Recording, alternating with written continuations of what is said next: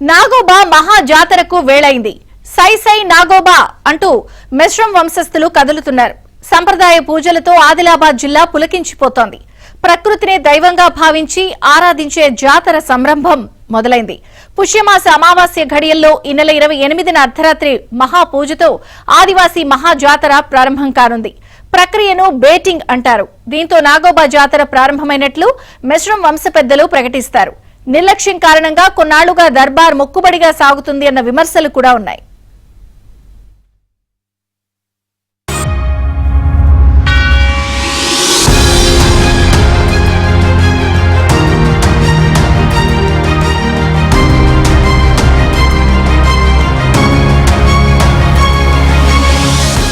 తెలంగాణలోని రెండో అతిపెద్ద ఆదివాసీ ఉత్సవమైన నాగోబా జాతరకు ఆదిలాబాద్ జిల్లా కేస్లాపూర్ ముస్తాబైంది. ఆదివాసీ సంస్కృతి సంప్రదాయాలకు అద్దం పట్టే నాగోబా జాతర అంకురార్పణ పూజలు సాగుతున్నాయి. మహాపూజకు అవసరమైన గంగాజలం కోసం ఈ నెల 10న మెస్రం వంశీయులు కాలినడకన గోదావరి నదికి వెళ్లారు. అక్కడ సంప్రదాయ పూజల అనంతరం గంగాజలం తీసుకుని ఇంద్రవెల్లిలోని ఇంద్రాయిదేవి ఆలయానికి తిరిగి కాలినడకన చేరుకున్నారు. అత్యంత నియమ నిష్ఠలతో శ్వేత వస్త్రాలు ధరించి కాళ్లకు చెప్పులు కూడా లేకుండా 2 వారాల పాటు పాదయాత్ర సాగింది.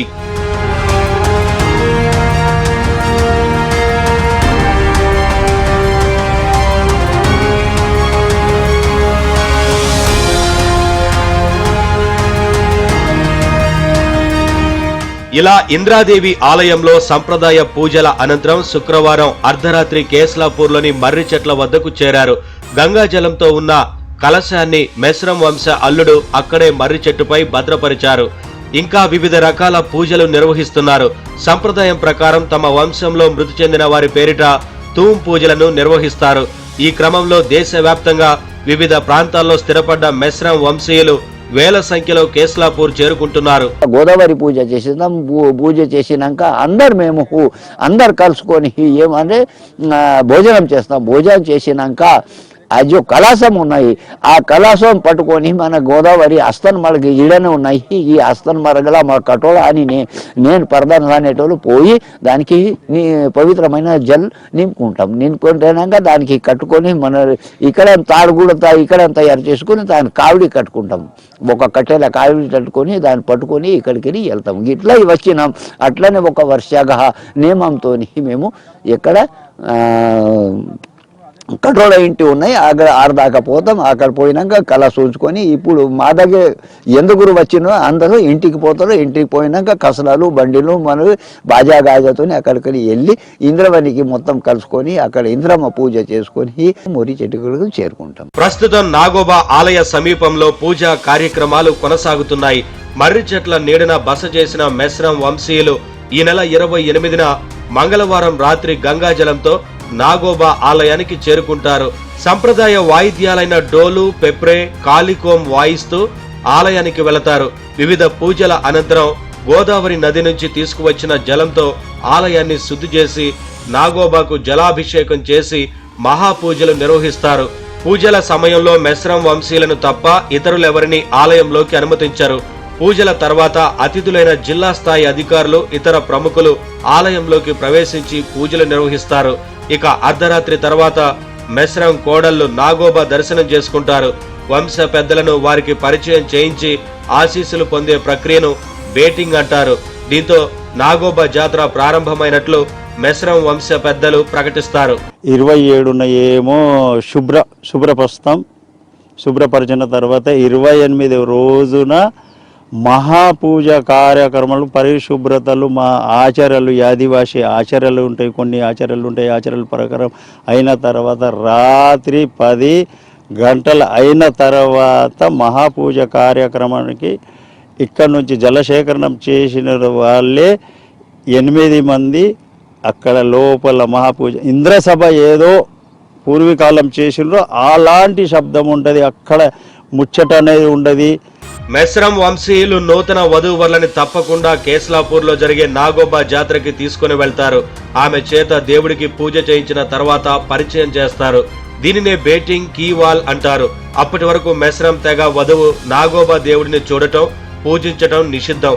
పరిచయం చేసే వధువుని బేటీ కొరియాడ్ అని పిలుస్తారు. వధువులు 2 చొప్పున జతలుగా ఏర్పడి మొహం కనిపించకుండా తెల్లని వస్త్రాలతో ముసుగు ధరిస్తారు. నాగోబా పూజ అనంతరం ఆలయం ఆవరణలో ఉన్న పుట్టమట్టితో అలికి మెస్రం వంశీయులు అల్లుళ్ళకి పెద్దపీట వేస్తారు. అల్లుళ్ళు ఈ మట్టిని కాళ్లతో తొక్కితే కూతుర్లు ఆ మట్టితో పుట్టను అలికి మొక్కులు తీర్చుకుంటారు. ఈ కార్యక్రమంలో పాల్గొనేందుకు అల్లుళ్ళకి నజరానా ఇస్తారు. ఇది ఇక్కడి సాంప్రదాయం అని చెప్పక తప్పదు.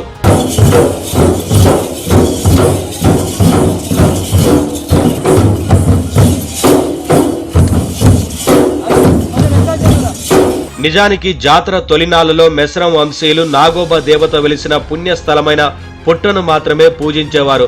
1956లో గడ్డి పరకలతో చిన్న గుడిసెను నిర్మించి పూజించారు. 1995లో సిమెంట్ ఇటుకలతో చిన్న మందిరాన్ని నిర్మించారు. 2000 సంవత్సరంలో రాష్ట్ర ప్రభుత్వ సహకారంతో మందిరాన్ని నిర్మించారు. 2 ఏళ్ల కిందట కృష్ణశిలలతో ఆలయాన్ని పునర్నిర్మాణం చేశారు. కొత్తగా నిర్మించిన ఆలయంలో ఎన్నో విశిష్టతలు ఉన్నాయి. మెస్రం వంశంలోని 22 తెగల వారు ఎవరిపై ఆధారపడకుండా తమకు తాముగా చందాల రూపంలో డబ్బులు జమ చేసి 5 కోట్లతో ఈ ఆలయాన్ని నిర్మించారు. మరోవైపు దేవాదాయ శాఖ ఆలయం చుట్టూ ప్రాకారం 4 దిక్కుల రాజగోపురాలను నిర్మించింది. ముఖ్యమంత్రిగా బాధ్యతలు స్వీకరించిన తర్వాత రేవంత్ రెడ్డి ఆలయాన్ని దర్శించుకున్నారు. పలు అభివృద్ధి పనులు ప్రారంభించారు. ఆలయ అభివృద్ధికి ప్రభుత్వం తరపున వ్యక్తిగతంగా అవసరమైన సహకారం అందిస్తామని హామీ ఇచ్చారు. సీఎం హామీతో పలు అభివృద్ధి పనులు పూర్తయ్యాయి. నాగోబా జాతర అంటే మామూలుగా ఇక్కడ స్కూల్లో పుస్తకాలు చదువుకోవడం, పేపర్లో చూసి చదవడమే కానీ చూసిన తర్వాత ఇంత బాగుంటుందని అనుకోడు. ఇక్కడికి వచ్చిన తర్వాత చాలా ఆశ్చర్యానికి లోనాను. ఇక్కడికి వచ్చిన తర్వాత మెస్రం వంశస్థులతో మాట్లాడాను, ఆల్రెడీ తెలుసుకున్నాను. ఇట్లా పూర్వం చరిత్ర ఎట్లుండని తెలుసుకుంటే వాళ్ళు వివరించడం జరిగింది. మెస్రం వంశస్థులు వారు ఈ టెంపుల్ కోసం చేసిన కృషిని తెలియజెప్పడం జరిగింది. ప్రతి కుటుంబం వారు వారి యొక్క ఆర్థిక సాయంతో ఈ గుడిని అభివృద్ధి చేయడం జరిగింది. ఇది చూడడానికి నాగరికతకు దగ్గరగా ఉండి వారి స్వయంకృతితో డెవలప్ చేసినటువంటి గుడి.